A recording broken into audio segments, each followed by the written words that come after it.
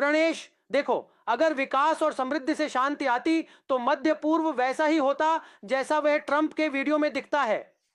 एक तरफ 9 medical college, 15 lakh नल connection, 80 lakh Ayushman card, 2 lakh घर, 8 लाख शौचालय, 6.5 करोड़ पर्यटकों की आमद, स्कूल के दिनों में 30% की बढ़ोतरी, 9000 किलोमीटर सड़कें, पत्थरबाजी की घटनाओं में 87% की गिरावट, आतंकवादी घटनाओं में 80% की कमी, युवाओं के आतंकवादी संगठनों में शामिल होने में 40% की गिरावट, शांति, सौहार्द, और यह सब पिछले 5 सालों में।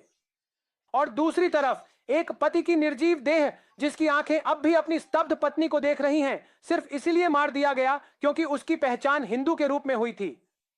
लेकिन यह दुनिया की जमीर को नहीं झकझोरेगा, क्योंकि आतंकवाद का कोई धर्म नहीं होता, और इसी वजह से आतंकवादी पर्यटकों के आईडी कार्ड चेक करते हैं, उनकी पैंट उतरवाते हैं पुष्टि के लिए, उनसे कलिमा पढ़ने को कहते हैं, और जो मुसलमान नहीं होते उन्हें मार देते हैं।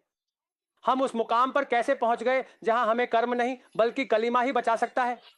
क्योंकि हम यह मानने से इनकार करते हैं कि एक समानांतर दुनिया है जिसमें करोड़ों लोग रहते हैं जो उन नियमों, नैतिकता, आचार संहिता और मर्यादा से बंधे नहीं हैं जिनसे वे बाकी सबको बांधना चाहते हैं, क्योंकि उनकी नैतिकता, आचरण और व्यवहार इंसान द्वारा नहीं बल्कि भगवान द्वारा निर्धारित होते हैं। कोई भ्रम मत पालिए, स्थिति असाध्य है, यह 1000 सालों से नहीं बदली है, तो अब क्यों बदलेगी?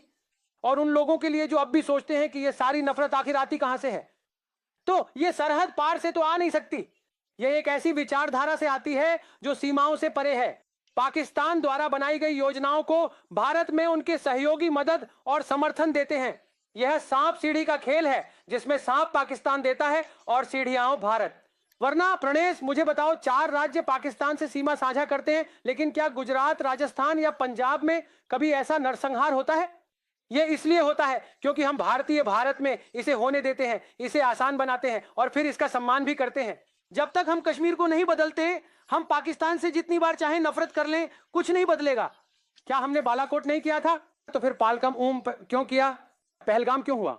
दुनिया का सबसे भयानक आतंकी हमला सेना की मदद से नहीं प्रणेश, बल्कि 11 लोगों ने बॉक्स कट्टर से किया था। असल समस्या बाहरी नहीं बल्कि आंतरिक है। केवल कश्मीर की सांस्कृतिक और जनसांख्यिकीय पुनर्स्थापना ही मदद कर सकती है।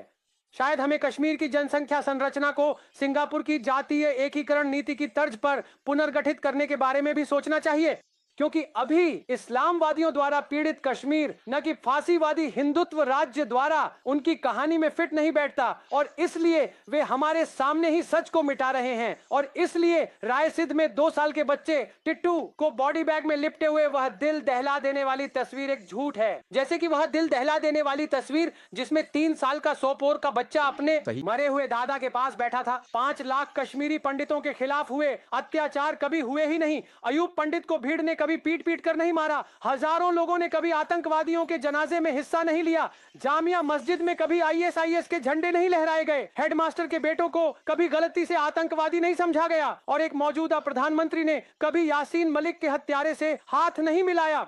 प्रणेश, नादीमर्ग हत्याकांड जिसमें 23 बेखबर कश्मीरी हिंदुओं को एक कतार में खड़ा करके गोली मार दी गई थी, वह भी एक झूठ है। गिरिजा टिक्कू जिसे जिंदा रहते हुए बलात्कार करके एक मशीन से 2 टुकड़ों में काट दिया गया, वह भी एक झूठ है। बीके कंजू जो जिहादियों के आने पर अपने मुस्लिम पड़ोसी की सूचना के बाद चावल के ड्रम में छुप गए थे और जिन्हें गोली मार दी गई थी और फिर उनके खून से सना चावल उनकी पत्नी को खिलाया गया, वह भी एक झूठ है। सही है। मस्जिदों से उठने वाले नारे अलिफ कलीम सलीम, ये सब झूठ हैं। काफिरों की मौत, सब झूठ है। क्या हम चाहते हैं कि हमारा अस्तित्व कलिमा पर टिका रहे, कर्म पर नहीं? ये आपको तय करना है।